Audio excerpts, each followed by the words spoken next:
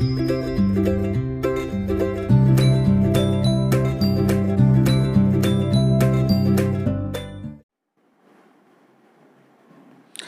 दोस्तों, मैं नितिन। एक बार फिर स्वागत है आपका अपने परिवार इजी टू सक्सेस में।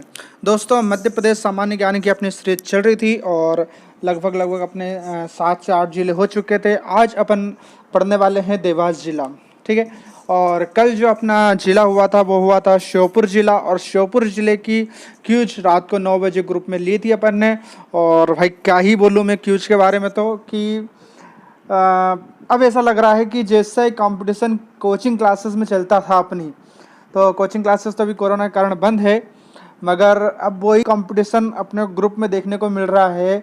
बच्चे अच्छा खासा कंपटीशन कर रहे हैं। हर विद्यार्थी फुल ऑन फुल मार्क्स लाने की पूरी कोशिश कर रहा है, मगर कहते हैं ना कि समय और दिमाग जो सही समय पे यूज़ कर ले वो सिकंदर।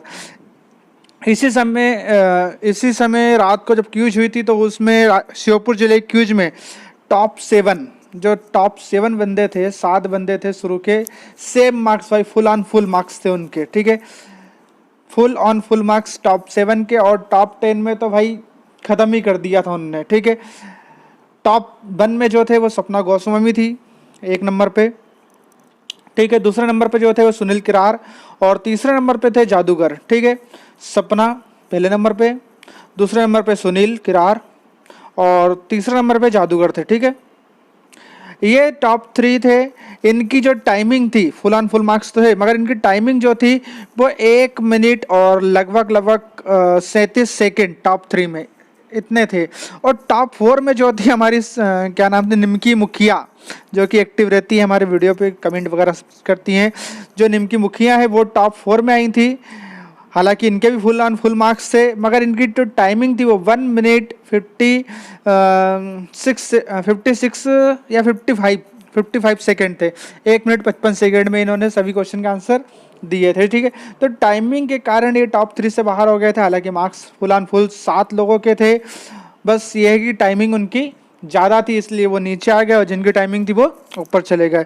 तो कोशिश करते रहिए आप कि मार्क्स तो ला रहे हैं मगर टाइमिंग भी सही रहे।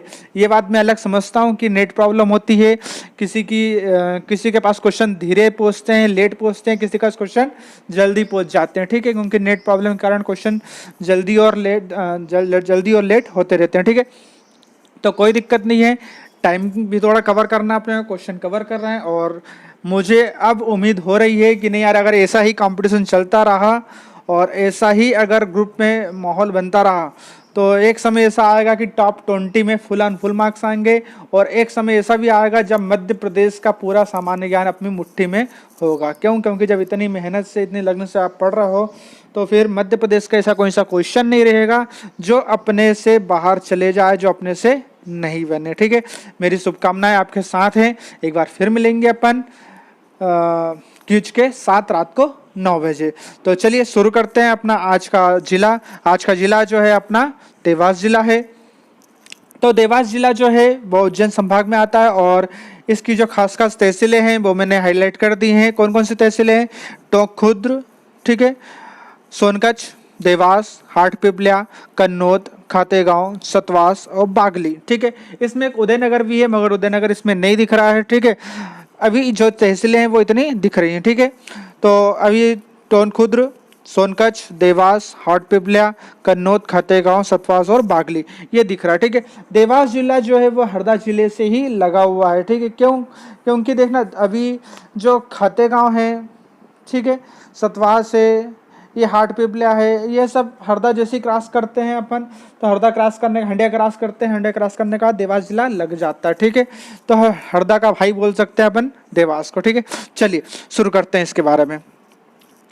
अगर जिला मुख्यालय की बात करूं मैं, तो जिला मुख्यालय जो है वो देवास से लगता है। किसी भी जिले का जिला मुख्यालय क्या लगेगा?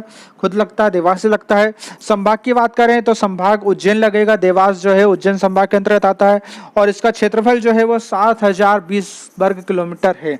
ठीक है, 7020 वर्ग किलोमीटर है।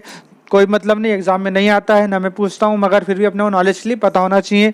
जनसंख्या भी कोई काम की नहीं, मगर पता होना चाहिए। देवास जिले की जनसंख्या लगभग 15 लाख है, या 15,63,715। ठीक है, ये जनसंख्या। लिंगानुपात मोस्ट है, लिंगानुपात पता होना चाहिए, 942 है। लिंगानुपात का मतलब अपने को पता ही है, कितने पुरुष पर कितनी महिलाएं, 1000 पुरुष पर 942 महिलाएं, तो ये लिंगानुपात है। लिंगानुपात कितना हो गया, 942 हो गया, ठीक है। बाल लिंगानुपात की बात करें तो बाल लिंगानुपात जो है वो 918 है। बाल लिंगानुपात का मतलब ये होता है कि 0 से 6 साल को 6 साल तक के जो बच्चे होते हैं उनका लिंगानुपात देखा जाता है, ठीक है। यानी कि 6 साल तक के बालिका प्रति 1000 बालक पे, 1000 बालक पे कितनी बालिकाएं हैं, तो ये जो है वो 918 है। और लिंगानुपात जो है वो वयस्क का वो 942 है, ठीक है। चलिए साक्षरता प्रतिशत की बात करें तो साक्षरता प्रतिशत 2011 के अनुसार बात करें तो 69.35% है, 69.35% है। पुरुष साक्षरता दर की बात करें तो 80% है, और महिला साक्षरता दर की बात करेंगे तो ये 57% है, ठीक है। जिसमें से पुरुष साक्षरता दर, महिला साक्षरता याद करने की आवश्यकता नहीं है अपने को, मगर कुल साक्षरता दर पता होना चाहिए 70% लगभग, या फिर 69.35% है ये, ठीक है। चलिए अगर नगरीय साक्षरता दर की बात करेंगे तो नगरीय साक्षरता दर जो है वो 28.9% है, यानी कि 28.9%। और ग्रामीण साक्षरता दर की बात करें अगर तो वो है 71.1%, ठीक है, क्योंकि ग्रामीण इलाका ही लगता है ये, ठीक है। चलिए आगे देखते हैं अपन कुल जनसंख्या से अनुसूचित जाति की बात करेंगे तो अनुसूचित जाति और अनुसूचित जनजाति वैसे देवास जिले में बराबर ही हैं, कोई ज़्यादा परसेंटेज का अंतर नहीं है, 1% का अंतर है, क्योंकि अनुसूचित जाति जो है वो लगभग 18% है और अनुसूचित जनजाति जो है वो लगभग 17% है, ठीक है। तो ज़्यादा कोई अंतर नहीं है, दोनों पता है अपने को, कन्फर्म है कि भाई 17-18 है, ठीक है। और कृषि जोत का आकार देखें तो 2.0 हेक्टेयर, ठीक है, देवास 2.0 बोल सकते हैं अपन इसको।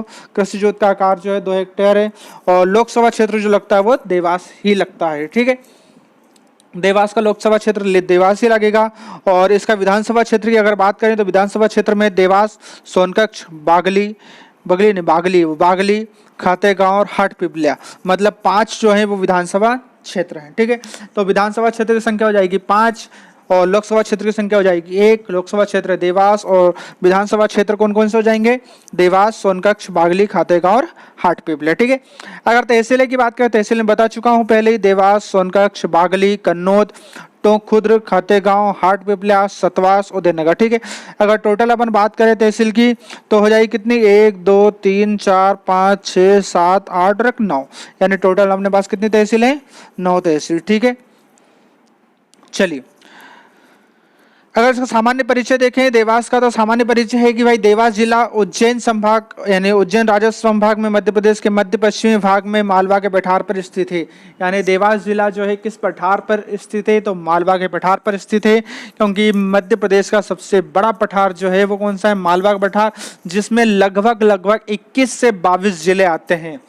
52-53 जिले में से लगभग 22 जिले जो हैं वो कौन से पठार में आते हैं, मालवा के पठार में आते हैं। सबसे बड़ा पठार है मालवा का पठार, ठीक है। इसकी अक्षांशीय और देशांतीय रेखाएं कोई आवश्यक काम की नहीं है, सिर्फ पढ़ लेते हैं अपन कि इसकी उत्तरी अक्षांश जो है वो 200 अक्षांश से 230 अक्षांश तक, और इसका देशांतर जो है 750 से 770 देशांतर तक है, कोई काम की नहीं, मैं इसको काट दे रहा हूँ, ठीक है।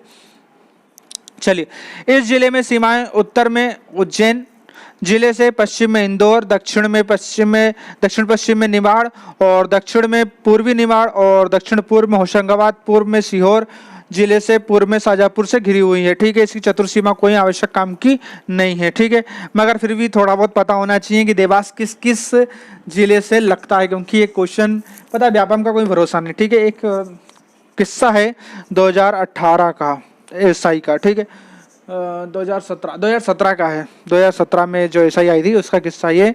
2017 के एसआई के क्वेश्चन एक ये बन गया था कि भाई जो अपना रायसेन जिला है उसकी चतुर्सीमा क्या है, मतलब वो कितने जिलों के साथ लगती है उसकी सीमा, समझ रहे हो बात को। तो कोई भरोसा नहीं व्यापम का कहाँ से क्वेश्चन बन जाए, इसलिए अपने को पता होना चाहिए देवास की सीमा कितने जिलों के साथ लगती है, ठीक है, ये कौन कौन से हैं। चलिए आगे बात करें तो कर्क रेखा देवास जिले के खातेगांव शहर के दक्षिण में स्थित नेवावर ग्राम के पास से गुजरती है। ठीक है, आया समझ में कि कौन से गांव से? नेवावर ग्राम। और नेवावर ग्राम का अपन ने जिक्र किया था हरदा जिले में। ठीक है, हरदा जिले में हंडिया और नेवावर, रिद्धनाथ घाट, सिद्धनाथ घाट का अपन ने जिक्र किया था। ठीक है, तो कर्क रेखा जो देवास जिले के खातेगांव शहर के दक्षिण में स्थित नेवावर ग्राम से गुजरती है। ठीक है, आता जो है, देखिए इसमें भी कंफ्यूज मत होना कि नेवावर अपन हरदा जिले में पढ़ा था, अपन ने पढ़ा था हंडिया और नेवावर, ये दो चीजें पढ़ी थी अपन ने। ठीक है, ये दो चीजें पढ़ी थी। तो हंडिया जो आता है वो आता है हरदा जिले में, और नेवावर जो आता है वो आता है देवास जिले में। ठीक है, हालांकि दोनों के बीच में 100 मीटर का अंतर होगा, ज़्यादा से ज़्यादा 100 मीटर या 500 मीटर बोल सकते हैं।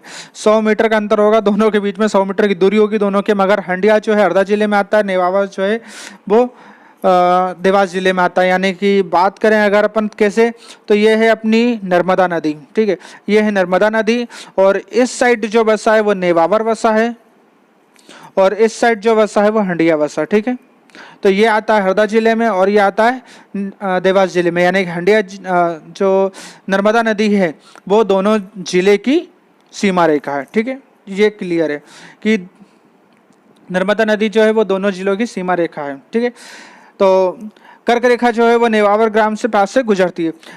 देवी के स्थान होने के कारण शहर का नाम देवास पड़ा। ठीक है, देवास नाम क्यों पड़ा, किसके कारण पड़ा? तो यहाँ पर देवी का स्थान था इसलिए इसका नाम देवास पड़ा। यहाँ पर चामुंडा देवी का मंदिर है, यहाँ पर दो देवी हैं ऐसा मान्यता है, एक बड़ी देवी और छोटी देवी। छोटी माता बड़ी माता के नाम से प्रसिद्ध है, छोटी माता बड़ी माता चामुंडा देवी हैं। ठीक है, तो अभी आपने डिटेल मिलेगी आगे इसकी ओर। चलिए, देवास उज्जैन संभाग में आता है, इसमें 9 तहसीलें बता चुका हूँ। 8वीं और 19वीं 18वीं और 19वीं देवास पर होलकर राजवंश और पवार राजवंश का शासन था। यानी 18वीं सदी और 19वीं सदी की बात करें तो 18वीं सदी और 19वीं सदी में यहाँ पर किसका राजवंश हुआ करता था? होलकर का। ठीक है, क्योंकि इंदौर में जो होलकर थे और इंदौर के समीप ही लगता है देवास भी। ठीक है, सीमा लगती है इसकी, इसलिए देवास पर भी होलकर वंश का थोड़ा सा शासन चला है। देवास जिले को कलाओं का घर भी कहा जाता है। जी हाँ, बहुत ज़्यादा, बहुत कला के लिए बहुत ज़्यादा प्रसिद्ध है देवास जिला, इसलिए इसको कला का घर भी कहते हैं। ठीक है, पर्यटन स्थल की अगर बात करूं मैं तो पर्यटन स्थल है यहाँ पर वन्य जीव अभ्यारण्य। ठीक है, कौन सा वन्य जीव अभ्यारण्य मिलेगा? यहाँ पर क्योनी वन्य जीव अभ्यारण्य मिलेगा, जो सीहोर और देवास क्षेत्र के अंतर्गत आता है। ठीक है, क्योनी वन्य जीव अभ्यारण्य जो सीहोर और देवास क्षेत्र के अंतर्गत आता है। और अगर दूसरे पर्यटन स्थल की बात करूँ तो बताया मैंने चामुंडा माता का मंदिर, तो पहाड़ी पर स्थित माँ चामुंडा छोटी माता और तुलजा भवानी बड़ी माता का मंदिर अत्यंत प्रसिद्ध है। ठीक है, बहुत अच्छा जगह है, बहुत अच्छी पर्यटन स्थल है, और मैं तो गया ही हूँ। मैंने बताया पहले कि मध्य प्रदेश तो छोड़ो, भारत में ऐसी बहुत कम जगहें होंगी जहाँ मैं नहीं गया हूँ, क्योंकि इंडिया टूर किया है मैंने और बहुत घूमा हूँ मैं। मुझे सिर्फ घूमने का शौक़ है, तो क्या ही बताऊँ मैं कि सभी जगह घूमा हूँ लगभग, और बहुत आनंद आता है। ठीक है, तो चामुंडा माता मंदिर भी गए थे हम लोग देवास, और बहुत अच्छी जगह है, बहुत दर्शनीय स्थल है। कभी मध्य प्रदेश में घूमना हो अगर तो चामुंडा माता मंदिर जरूर आना। ठीक है, तो यहाँ पर छोटी माता है और बड़ी माता है, ऐसा हालांकि मैं भूल रहा हूँ कि ज़मीन के अंदर कौन सी हैं। ठीक है, बहुत अच्छी कहानी प्रसिद्ध है, कभी ग्रुप में सुनाऊंगा मैं। तो एक माता है जो ज़मीन के अंदर है आदि। ठीक है, चलिए मैं भी भूल रहा हूँ कौन सी है वो। चलिए, तो इस स्थान को टेकरी कहा जाता है। ठीक है, अगर देवास जिले में या फिर कहीं भी आप पूछोगे टेकरी कहाँ है तो हर व्यक्ति बता देगा टेकरी कहाँ है, क्योंकि इसको टेकरी के नाम से जाना जाता है। ठीक है, देवास में ही संगीत सम्राट कुमार गंधर्व की साधना स्थल है। जी हाँ, संगीत सम्राट जो है गंधर्व, कुमार गंधर्व को सभी पहचानते होंगे। तो कुमार गंधर्व की साधना स्थली जो है वो कहाँ है? देवास में ही है। ठीक है, बागली नामक स्थान से काली सिंध नदी का उद्गम स्थान है। जी हाँ दोस्तों, देवास का जो बागली गांव है तो बागली गांव से काली सिंध नदी का उद्गम स्थल भी है। ठीक है, सभी को पता होना चाहिए कि काली सिंध नदी कहाँ से निकलती है, तो देवास के बागली गांव से। अन्य पर्यटन स्थल या धार्मिक स्थल की बात करें तो केला देवी मंदिर, महादेव मंदिर, श्री मणिभद्र वीर मंदिर, क्रेस चर्च, दत्ता मंदिर, गुरुद्वारा, कस्सब मस्जिद, काली मस्जिद, शाही जाता मस्जिद, कावदिया हिल, पवार छतरी, गिड़िया खो, Sayaji gate, सुखवरिया gate, पठानकुआ gate, Nahar दरवाज़ा, मुंडक पुष्कर और मीठा तालाब, ठीक है। ये एग्जाम में नहीं बनते और ना ही यहाँ से मैं क्वेश्चन बनाऊंगा, मगर कभी घूमने जाओ तो इतनी जगह है घूमने के लिए, इसलिए ये बता दिया मैंने, ठीक है, कि इतनी जगह अपन घूम सकते हैं, ठीक है। बाकी एग्जाम में यहाँ से क्वेश्चन नहीं बनते हैं, उपरोक्त जो बताया है सिर्फ क्वेश्चन वहीं से बनेंगे, ठीक है। ये अन्य पर्यटन स्थल मैं इसीलिए लिख देता हूँ कि अगर आप कभी घूमने जाओ तो फिर घूम लेना, यहाँ भी घूमने के लायक हैं। और जिस दिन उज्जैन जिला पढ़ेंगे उस दिन ऐसा लग रहा मुझे कि 8-10 पेज में तो पर्यटन स्थल लिखा जाएंगे, मंदिरों का गढ़ है वो, ठीक है। देखते हैं।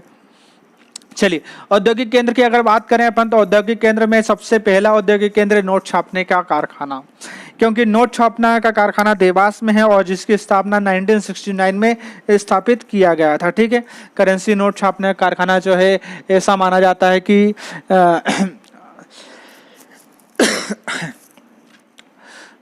पानी लाना यार, ऐसा माना जाता है कि 10 रुपए तक के नोट जो हैं वो देवास में ही छपते हैं, ठीक है। और इसकी स्थापना कब हुई थी? 1969 में हुई थी, ठीक है। देवास में लेदर कॉम्प्लेक्स है, यानी चमड़ा उद्योग भी जो है वो कहाँ पर है? देवास में ही है, ठीक है। काफ़ी फेमस है लेदर कॉम्प्लेक्स, जहाँ से पर्स वगैरह बनते हैं, जैकेट वगैरह बनते हैं, ठीक है। आइसर फैक्ट्री, जी हाँ, किसान है अगर कोई व्यक्ति तो उसको पता होना चाहिए कि आइसर क्या चीज़ है, क्योंकि आइसर जो है ट्रैक्टर है, ट्रैक्टर की कंपनी है और हालांकि कार वगैरह बनाती है, मगर ट्रैक्टर काफ़ी फेमस है आइसर का, ठीक है। तो आइसर जो है वो फैक्ट्री भी देवास में ही है। दिल्ली मुंबई कॉरिडोर के तहत देवास के समीप नॉलेज सिटी स्थापित की गई है, ठीक है। दिल्ली मुंबई कॉरिडोर के तहत जो है यहाँ पर देवास में एक नॉलेज सिटी यानी कॉलेज स्थापित किया गया है, सिटी को स्थापित की गई है। और जमगोदारनी में पवन ऊर्जा संयंत्र स्थापित, ठीक है। ऐसा देखा है, अभी तक सुनने में आता था कि सबसे ज़्यादा पवन चक्कियाँ इंदौर में हाँ हैं, मगर पवन चक्कियाँ इंदौर के बाद अगर नाम लगता है तो देवास का, देवास में भी पवन ऊर्जा बहुत सारी हैं, ठीक है। पवन ऊर्जा के स्रोत बहुत सारे यहाँ पर हैं, ठीक है। अगर अन्य तथ्य की बात करें तो देवास जिले की नदियाँ जो है वो नर्मदा, काली सिंध, क्षिप्रा और दत्तुनी, ठीक है। ये 4 नदियाँ जो हैं प्रमुख हैं। कौन कौन सी? नर्मदा, काली सिंध, क्षिप्रा और दत्तुनी। और ISO प्रमाण पत्र पाने वाला पहला थाना है, मध्य प्रदेश का पहला थाना है देवास थाना, पुलिस थाना, जो कि ISO प्रमाण पत्र प्रमाणित है, ठीक है। ISO प्रमाण पत्र प्राप्त करने वाला पहला थाना है देवास। और देवास में प्रतिवर्ष कुमार गंधर्व समारोह होता है, क्योंकि कुमार गंधर्व की स्थली यहीं पर अभी पर ने पढ़ा है, ठीक है। तो कुमार गंधर्व समारोह कहाँ होता है? देवास में होता है, ठीक है दोस्तों। ये वीडियो तो आप देख ही रहे हैं, इसलिए लिंक की आवश्यकता नहीं है, जब PDF शेयर करते हैं तब ये इसकी आवश्यकता पड़ती है, ठीक है। अगर आप चैनल पर नए हैं तो चैनल को सब्सक्राइब करें, वीडियो को लाइक करें, और कोई डाउट हो अगर तो बिल्कुल कमेंट करके आप पूछ सकते हैं। शाम को रात को 9 बजे डेली क्यूज होती ग्रुप में, आप ग्रुप में जुड़ सकते हैं। टेलीग्राम की लिंक मैं डिस्क्रिप्शन में दे चुका हूं पहले ही। और कल फिर मिलेंगे एक नए वीडियो के साथ, एक नए जिले के साथ। तब तक बने रहिए। जय हिंद, जय आरक्षक। और कोशिश करिए कि ज़्यादा से ज़्यादा और अच्छे से अच्छे मार्क्स लेके आएँ, समय कम करें जिसके फुल ऑन फुल मार्क्स आ रहे हैं। धन्यवाद।